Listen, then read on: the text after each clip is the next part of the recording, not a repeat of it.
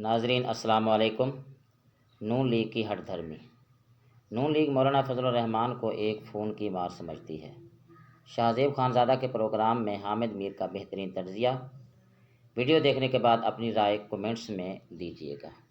हामिद मीर साहब, ज़ाहिर है एक ज़बरदस्त और तवील सहाफ़ती करियर है आपका। इस्लामाबाद में क्या क्या नहीं देखा आपने, पार्लियामेंट में, इसके अलावा पार्लियामेंट से बाहर जमहूरियत, क्या क्या नहीं देखा। ये जो हुआ है कल इतवार का दिन, इतनी तेज़ी से अमेंडमेंट्स की हैं नून लीग और पीपल्स पार्टी ने मिलकर 18वीं तरमीम की, बड़ी डेलिब्रेशंस हुई, 9-10 महीने तक होती रही।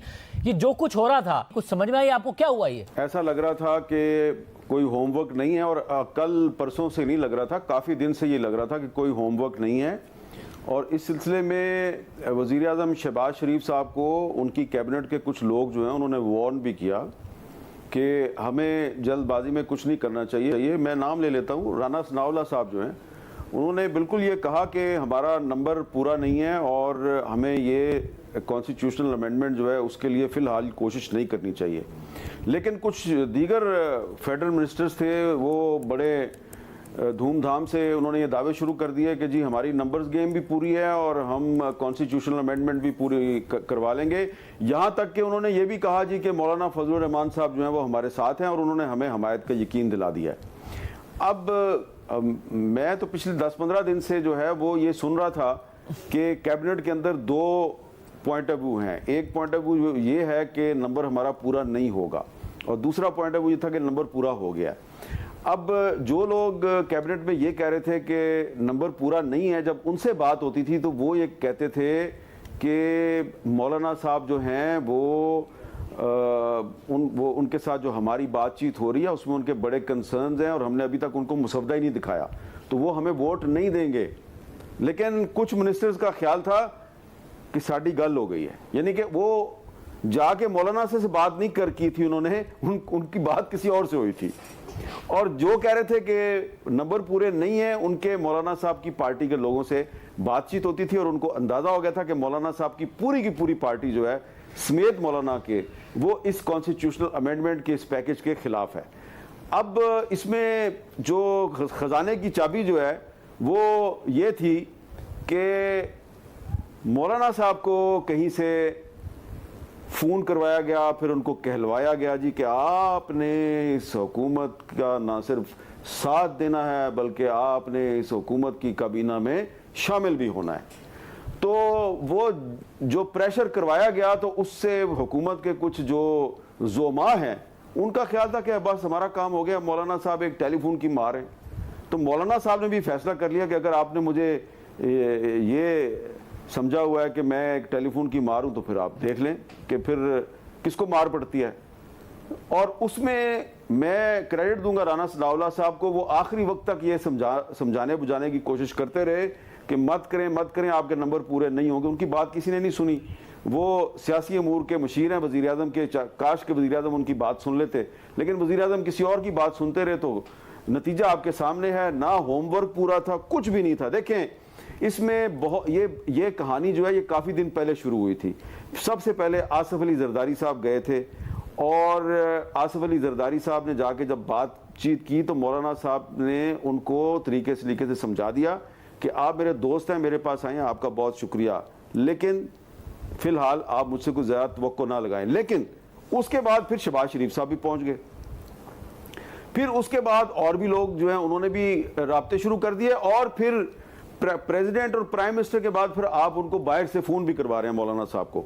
तो मेरा ख्याल है मौलाना साहब को गैर ज़रूरी प्रेशर डलवा के उनको ऑफेंड कर दिया गया, और फिर जो कॉन्स्टिट्यूशनल अमेंडमेंट का मुसवदा था वो भी आपके सामने नहीं था। और मौलाना साहब के ज़हन में ये भी था कि अभी थोड़े दिन पहले मुबारक सानी केस में इतनी बड़ी कंट्रोवर्सी जो है उससे हमने मुल्क कौम को निकाला है, और अब दोबारा जो है एक और कंट्रोवर्सी में हम फंसने जा रहे हैं, तो कहीं हमारे साथ ही कोई हैंड ना हो जाए।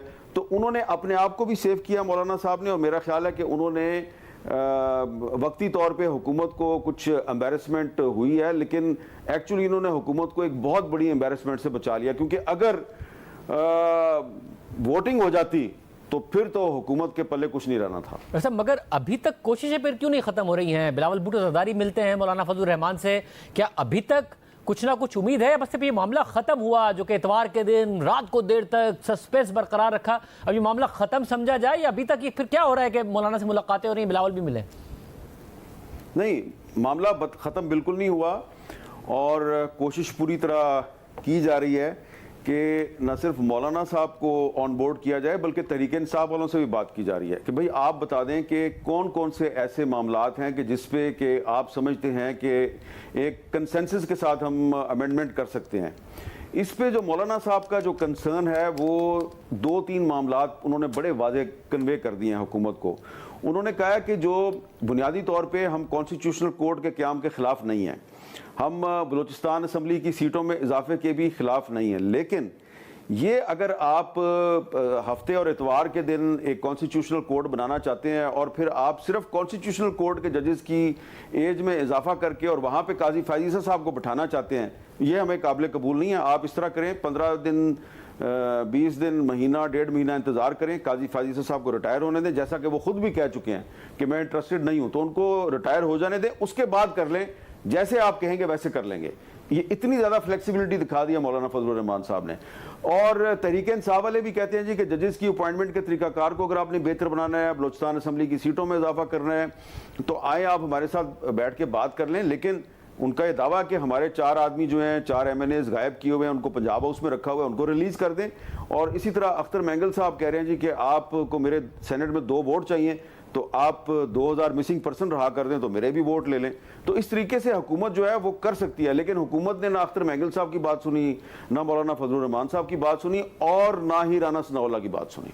साहब, मगर ये जो तरामीम हैं ये तो बड़ी ख़तरनाक हैं आइन के अंदर, और जिसके बहुत ज़्यादा कॉन्सिक्वेंसेस होंगे। आपको लगता है कि इसमें बहुत ही मेजर चेंजेस करने पड़ेंगे, उसके बगैर ये काम आगे बढ़ नहीं सकता? क्योंकि अगर ये हो गया तो मुल्क की सुप्रीम कोर्ट, फिर मुल्क के अदालती निज़ाम, सबके ऊपर वो असरात पड़ेंगे जिस पर शायद पाकिस्तान आगे जाके बहुत मसाइल खड़े होंगे और इन पार्टियों को बाद में एहसास होगा।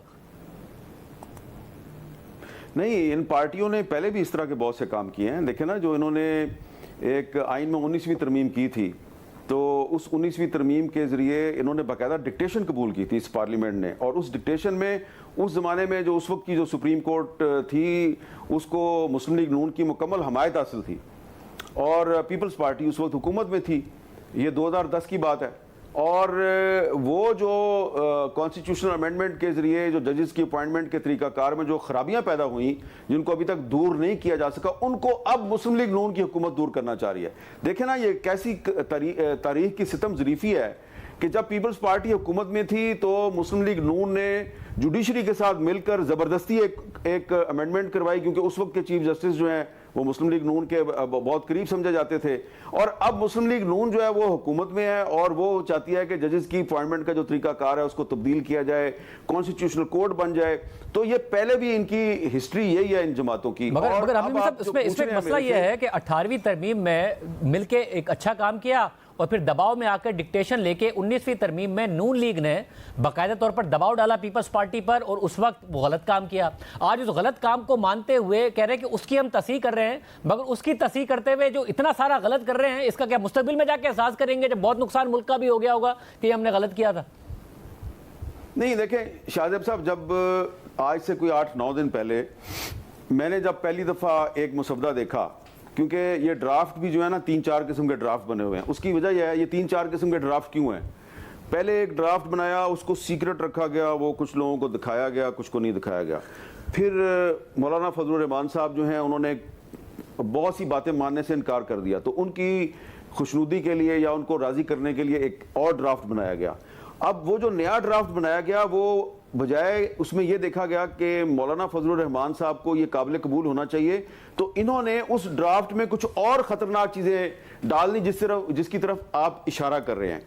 क्योंकि उस वक्त तक इनको ये तासुर था कि मौलाना फजलुर रहमान साहब को हमने फ़ोन करवा दिया है और कहलवा भी दिया है, तो अब मौलाना साहब तो हमारी जेब में आ ही गए हैं। तो अब मौलाना साहब ने 2-3 बातें कही हैं कि जजेस की रिटायरमेंट की उम्र में इजाफा ना करें और 1-2 और चीज़ें थी, तो हम 5-6 और चीज़ें भी इसमें डाल लेते हैं। तो इन्होंने 5-6 चीज़ें और डाल दी।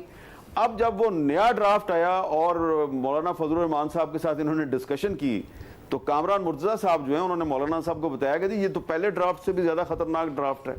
फिर एक तीसरा ड्राफ्ट तैयार हुआ। तो वो तीसरा ड्राफ्ट जो है वो कल जो है वो लीक किया गया, लेकिन उससे पहले जो 2 ड्राफ्ट थे उनमें से पहला ड्राफ्ट पीपल्स पार्टी के पास था। तो अब पीपल्स पार्टी के पास जो पहला ड्राफ्ट था उसने उसको कंपेयर किया जो तीसरा ड्राफ्ट कल आया, तो पीपल्स पार्टी भी परेशान हो गई। तो इसमें सिर्फ ये नहीं है कि मौलाना फजलुर रहमान साहब जो हैं उन्होंने हुकूमत के इस कॉन्स्टिट्यूशनल पैकेज को वोट देने से इनकार किया, इस पे पीपल्स पार्टी के भी तहफुजात थे, इस पे बीएनपी मैगल के भी तहफुजात थे। मैं आपको एक बड़ी इंटरेस्टिंग बात बता रहा हूं। कल मुस्लिम लीग नून के 3 सेनेटर्स जो हैं वो शाम 6 सवा 6 बजे के करीब उन्होंने अपनी पार्टी के लोगों से कहा कि ये 3 मुख्तलिफ ड्राफ्ट है, हमें ये बताएं कि असली ड्राफ्ट कौन सा है। तो उनको सख्त तरीके से कहा गया कि ये आपका काम नहीं है, आपने सिर्फ वोट देना है। तो वो तीनों के तीनों जो हैं वो पार्लियामेंट हाउस छोड़ के लॉजेस में आ गए और उन्होंने अपने फोन बंद कर दिए और उन्होंने ये धमकी दी कि हम इस्तीफा दे देंगे अगर आपने हमें इस तरीके से हमारे साथ मिसबिहेव किया। आप जो है वो एक आमराना तरीके से हमारा वोट हासिल करना चाहते हैं, ठीक है, आप हमें डिस्क्वालीफाई कर दें, हमसे इस्तीफा ले लें। तो ये ऐसे नहीं है कि सिर्फ मौलाना फजलुर रहमान साहब जो हैं उन्होंने वोट देने से इनकार किया, इस पर पीपल्स पार्टी के भी बड़े तहफुजात थे और इनकी पार्टी के अंदर से